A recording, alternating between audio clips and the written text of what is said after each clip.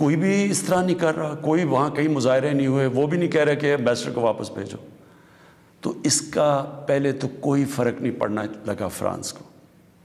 لیکن میں آپ کو یہ بتاؤں پاکستان کو کیا فرق پڑے گا. سب سے بڑا فرق یہ پڑے گا ہمارے ملک کو کہ بڑی مشکلوں سے ہماری معیشت اٹھ رہی ہے. بڑی دیر کے بعد پاکستان کے اندر انڈسٹری اوپر جا رہی ہے. لارج اسکیل انڈسٹری بڑی دیر کے بعد اٹھ رہی ہے. نوکریاں مل رہی ہیں لوگوں کو. ہمارے ملک میں دولت میں اضافہ ہو رہا ہے. ہماری ایکسپورٹس بڑھ رہی ہیں. ہمارا روپیہ مضبوط ہو رہا ہے. بڑی دیر کے بعد روپیہ مضبوط ہوتا جا رہا ہے. جب روپیہ اوپر جاتا ہے تو مثلا پیٹرول اور ڈیزل سستا کیا ہے. باہر کی جو چیزیں ہم منگواتے ہیں وہ سستی ہونی شروع ہو گئی ہیں. جب ہم فرانس کے ایمبیسڈر کو واپس بھیج کے تعلقات توڑیں گے ان سے, اس کا مطلب کہ یورپین یونین سے ہم تعلقات توڑیں گے. اس کا مطلب کیا کہ جو ہماری آدھی ٹیکسٹائل کی ایکسپورٹس ہیں وہ یورپین یونین میں جاتی ہیں. تو اس کا مطلب آدھی ہماری ٹیکسٹائل ایکسپورٹس وہیں ختم ہو گئی. اس کا مطلب بے روزگاری, فیکٹریاں بند ہو جائیں گی. اور اس کے آگے کیونکہ آدھی ہماری مین ایکسپورٹ ٹیکسٹائل ہے, جب ٹیکسٹائل آدھی رہ جائے گی ایکسپورٹ, ہمارے روپے کے اوپر پریشر پڑے گا, روپیہ گرے گا, مہنگائی بڑھے گی, غربت بڑھے گی. تو نقصان ہمیں ہوگا, فرانس کو کوئی نقصان نہیں ہونے لگا.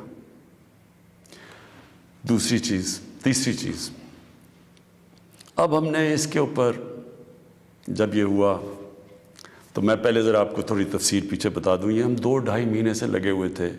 ہماری گورنمنٹ TLP سے مذاکرات کر رہی تھی. ہم ان کو یہی چیزیں سمجھا رہے تھے کہ اس سے نقصان ہمیں ہونے لگا ہے, ان کو نقصان نہیں ہوگا, ہماری عوام کو نقصان ہوگا.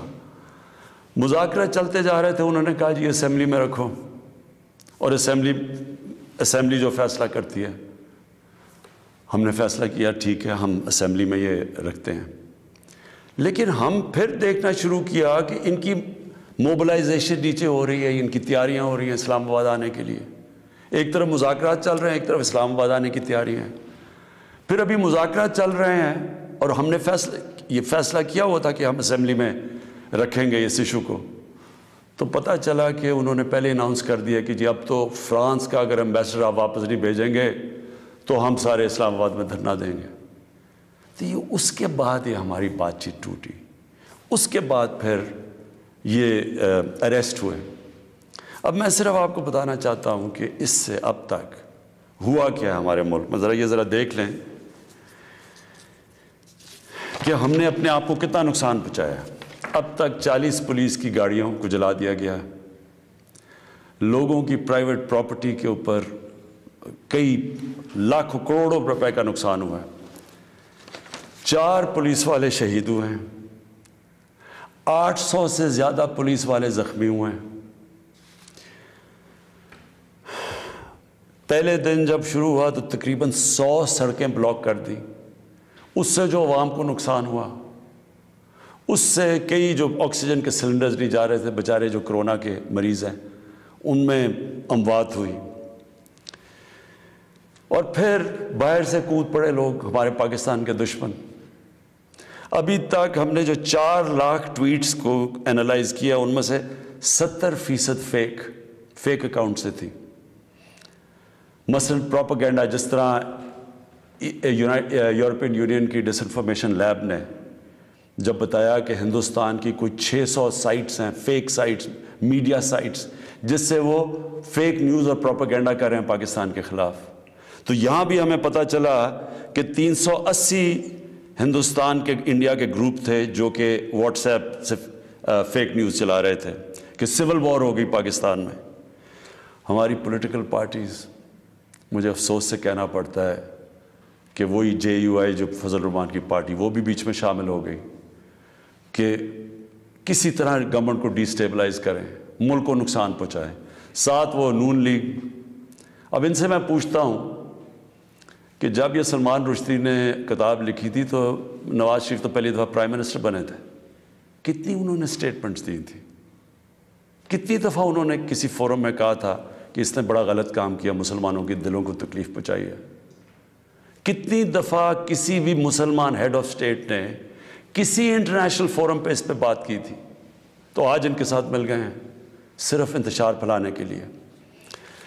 دیکھیں، اب یہ میں نے آپ کو بتایا کہ ایک اپروچ ہے کہ اپنے ملک میں مظاہرے کرو، اپنے ملک کو نقصان کرو، کوئی فرق نہیں پڑتا فرانس کو، اچھا ایمبیسڈر واپس بھیج دو، کوئی فرق نہیں پڑتا۔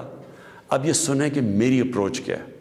مقصد تو ہمارا ایک ہی ہے، ہم کیا چاہتے ہیں کہ ہم یہ چاہتے ہیں کہ یہ جو ہر تھوڑے سالوں کے بعد ہمارے دلوں کو تکلیف پہنچائی جاتی ہے، اس کی دوسری اپروچ کیا ہے، یہ اب سنیں میری اپروچ کیا ہے۔ دیکھیں، میں پھر سے آپ کو بتاتا ہوں، مغرب کو میں سب سے بہتر سمجھتا ہوں، میری بڑی زندگی گزری ہے وہاں، میں ان کی سوچ کو جانتا ہوں۔ دیکھیں، سب سے پہلے جو کوشش کرنی چاہیے، جو ہم نے کی ہے، اور میں ابھی بتاتا ہوں ہم نے کیا کیا کوشش کی ہے۔ اچھا، میں یہ ذرا پہلے بتا دوں، سب سے پہلے جون 2019 میں 14ویں جو سمٹ تھی OIC کی، وہ پہلی دفعہ جا کے میں نے اسلاموفوبیا کی بھی بات کی، اور میں نے یہ بات کیا کہ جو مغرب کے اندر ہمارے پیارے نبی کی بے حرمتی کی جاتی ہے، کہ ہم سب مسلمان ملکوں کو مل کے ہم ایک پلان کرنا چاہیے، کہ اکٹھا اپروچ کرنا چاہیے، کہ ان کو سمجھانا چاہیے مغرب کو۔ دوسرا، میں نے پھر جب سپٹمبر 2019 میں یونائٹڈ نیشنز کی جنرل اسمبلی میں گیا، ادھر میں نے یہ اٹھایا، دونوں چیزیں، اسلاموفوبیا کی بھی بات کی۔ اسلاموفوبیا کا کیا مطلب ہے؟ اسلام کے خلاف نفرت، اور اس نفرت کے اندر ایک یہ ہے کہ وہ ہمارے نبی صلی اللہ علیہ وسلم کی شان میں گستاخی کرتے ہیں، تو یہ ایک ہی چیز اکٹھے کرتے ہیں یہ۔ تو ادھر میں نے بات کی یونائٹڈ نیشنز میں۔ پھر اگلے سال جو 2020 میں یونائٹڈ نیشنز کی جنرل اسمبلی ہوئی، پھر میں نے اسلاموفوبیا کی بات کی، اور میں نے کہا کہ یہ کس طرح 1.25 ارب لوگوں کو تکلیف پہنچائی جاتی ہے۔ پھر یونائٹڈ نیشنز کی ہیومن رائٹس باڈیز کے اندر اور کمیشن میں میری گورنمنٹ نے مسلسل اسلاموفوبیا کی بات کی۔ پھر میں نے فیس بک کا جو CEO ہے مارک زکربرگ، میں نے اس کو خط لکھا کہ کیسے فیس بک کو استعمال نہیں کرنا چاہیے اسلاموفوبیا کے لیے۔ اور پھر جب یہ فرانس میں ہوا، اور جس کے اوپر یہ TLP کہہ رہی ہے کہ فرانس کے ایمبیسڈر کو واپس بھیجیں، میں نے سارے مسلمان ہیڈز آف سٹیٹس کو خط لکھا، اور میں نے ان کو کہا کہ ہمیں جوائنٹ ایکشن لینا چاہیے اس کے اوپر۔ اور اب میں آپ کو سمجھانا چاہتا ہوں میری اسٹریٹجی کیا ہے۔ اسٹریٹجی یہ ہے کہ ہم سارے مسلمان ملک کے جو ہیڈز ہیں، ہم مل کے مغرب کے فورمز میں، یورپین یونین میں، یونائٹڈ نیشنز میں، ہم ان کو یہ بتائیں کہ کیوں ہمیں تکلیف ہوتی ہے جب یہ آزادی رائے، فریڈم آف سپیچ کے نام پہ یہ جب نبی صلی اللہ علیہ وسلم کی شان میں گستاخی کرتے ہیں، کیونکہ ان کو اس چیز کی سمجھ نہیں ہے۔ مغرب کے اندر ان کے جو پیغمبر ہیں، ان کو اس طرح نہیں، ان کا پیار جس طرح ہمارا ہے، ہمارے نبی سے ہے، ان کو اس طرح کا نہ، ان کی اس طرح کی عزت کرتے ہیں، اور وہاں بلکہ وہ دین کو ان کے اتنے قریب نہیں ہے جس طرح ہم اپنے دین کے قریب رہتے ہیں۔ اس لیے ہمیں ان کو سمجھانا پڑے گا، اور سمجھائیں گے جب ہم مل کے اکٹھے کلیکٹیولی مسلمان دنیا کے ہیڈز آف سٹیٹس جب ہم بات کریں گے، جو میں یہ ہر جگہ جن فورمز پہ کہتا گیا ہوں، تب اس کا اثر ہوگا۔ دنیا میں تھوڑے سے یہودی ہیں، لیکن وہ سارے یہودیوں نے اکٹھے ہو کے دنیا کو، مغربی دنیا کو بتایا ہے کہ جو ہولوکاسٹ تھا، جدھر یہودیوں کی قتل عام ہوئی تھی، انہوں نے کہا کہ اس کے خلاف کوئی منفی بات نہ کی جائے کہیں بھی، کسی میڈیا پہ۔ آج کہیں بھی، آج مغربی میڈیا کسی ملک میں ہولوکاسٹ کے خلاف کوئی بات نہیں کر سکتا۔ 4 یورپین ملک ایسے ہیں جدھر جیل میں ڈال دیتے ہیں اگر آپ ہولوکاسٹ کے خلاف کوئی منفی بات کریں۔ تو کیا ہم یہ نہیں ان کو باور کروا سکتے کہ ہمیں کتنی تکلیف پہنچتی ہے؟ اور یہ ہم تب کریں گے جب ہم کلیکٹیولی مل کے کریں۔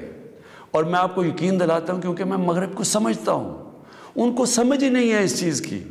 جب ہم پروٹیسٹ کرتے ہیں، جب ہم مظاہرے ہوتے ہیں، وہ سمجھتے ہیں یہ مسلمان آزادی رائے کے خلاف ہے، اور وہ پھر بجائے اس کو سمجھنے کے وہ پھر اور کوئی جان کے شرارت کرتے ہیں ہمیں تکلیف دینے کی۔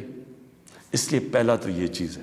اور دوسرا میں جو کہنا چاہتا ہوں وہ یہ، دوسرا طریقہ کیا ہے کہ جب ایک 50 مسلمان ملک مل کے یہ کہیں گے کہ اگر کسی ملک میں سے اس طرح کیا گیا تو ہم سارے مل کے ان کا ٹریڈ بوائیکاٹ کریں گے، ان کی ہم چیزیں نہیں خریدیں گے، اس کا اثر ہوگا۔ اس طرح ہم اپنا جو ہم مقصد ہے اس پہ پہنچ سکتے ہیں۔ میں نے آپ کو 2 مقصد بتائے، ایک یہ TLP کا مقصد ہے، ہم ساری زندگی بھی لگے رہیں، ہم اپنے ملک کو نقصان پہنچاتے رہیں گے، کبھی کوئی فرق نہیں پڑنے لگا ان کو۔ جو میں کیمپین کر رہا ہوں، میں آپ کو یقین دلاتا ہوں کہ یہی طریقہ ہے کہ انشاءاللہ ایک دن ان کو سمجھ آ جائے گی، اور وہ دن دور نہیں ہے۔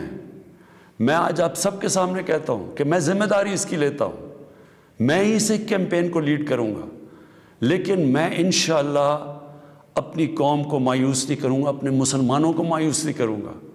ہم انشاءاللہ ان کو یہ ایک دن سمجھا دیں گے کہ جس طرح اگر وہ یہودیوں کے لیے سینسٹیو ہیں، ان کو تکلیف نہیں دینا چاہتے، تو ہم تو سوا رب مسلمان ہیں، ہمارے بھی دل ہیں، ہمیں بھی تکلیف ہوتی ہے، اور جیسے ہی ان کو اس چیز کی سمجھ آ گئی، یہ ہم اپنا مقصد پہ پہنچ جائیں گے۔ آخر میں اپنے علماء ان کو خاص طور پہ کہنا چاہتا ہوں کہ آپ کو اس میں ہمارے ساتھ مل کے، میرے ساتھ مل کے میری تائید کرنی چاہیے، ہماری مدد کرنی چاہیے، کیونکہ یہ جو چیزیں یہ جو ہو رہے ہیں ہمارے ملک کو نقصان پہنچ رہا ہے، اس سے تکلیف پہنچتی ہے۔ ہماری پولیس سے جو ہوا ہے، 800 پولیس انجر ہوئی ہے، جو ان کو کئی ہسپتالوں میں پڑے ہوئے ہیں، تو اس سے کس کو فائدہ ہوا ہے؟ کیوں ہندوستان کی یہ جو ویب سائٹس ہیں جو اس کے اندر کود پڑی ہیں، یہ دشمنوں کو فائدہ ہوا ہے؟ قوم کو کیا فائدہ ہوا اس سے؟ قوم کو تو صرف نقصان ہوا ہے، اور جو مقصد ہے ہمارا اس سے تو اس پہ نہیں پہنچ رہے ہم۔ کوئی فرق نہیں پڑے گا کسی مغربی ممالک کو جو ہم مرضی ہم اپنا ملک کا نقصان کریں، جرم کہیں اور ہو، ہم اپنے اوپر خودکش حملہ کر دیں، یہ کون سی عقل اور سمجھ ہے؟ تو میں آپ سب کو کہوں گا، اپنی قوم کو کہوں گا کہ یہ ٹائم ہے اکٹھے ہونے کا۔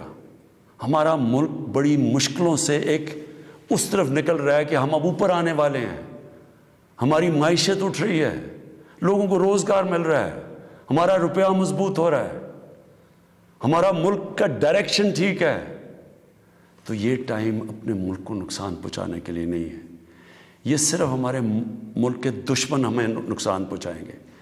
ہم سب کو اب اکٹھے ہو کے اللہ کا شکر ادا کرنا چاہیے کہ ہم یہ 2 سال بڑے مشکل وقت سے گزرے ہیں، حالانکہ ہمارے پاس اس وقت کرونا کا ایک تیسرا ویو آیا ہوا ہے، اس کے اوپر ہمیں سب کو مل کے SOPs پہ چلنا چاہیے، اللہ سے دعا کرنی چاہیے کہ ہمیں اس مشکل سے بھی نکال دے، اور پھر اس کا شکر ادا کرنا چاہیے کہ یہ ہم 2 سال کے بعد ایک قوم، ہماری معیشت اٹھ رہی ہے، تو ہم اس کو نقصان نہ پہنچائیں۔